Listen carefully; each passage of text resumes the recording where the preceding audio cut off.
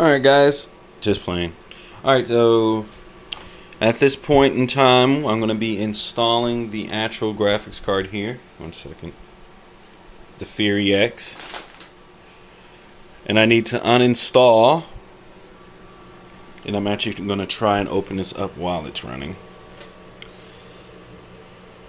God damn.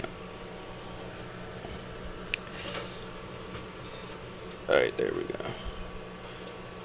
I only keep one screw on each panel for times like this.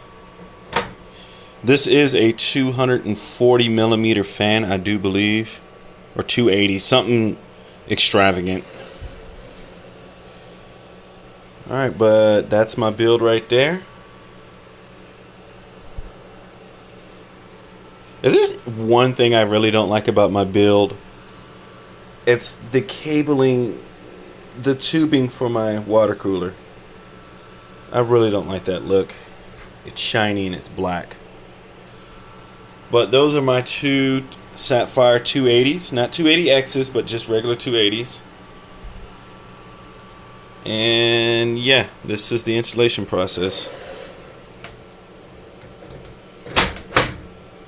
Oh, and if it looks like it's dusty, dust falls on the top of this.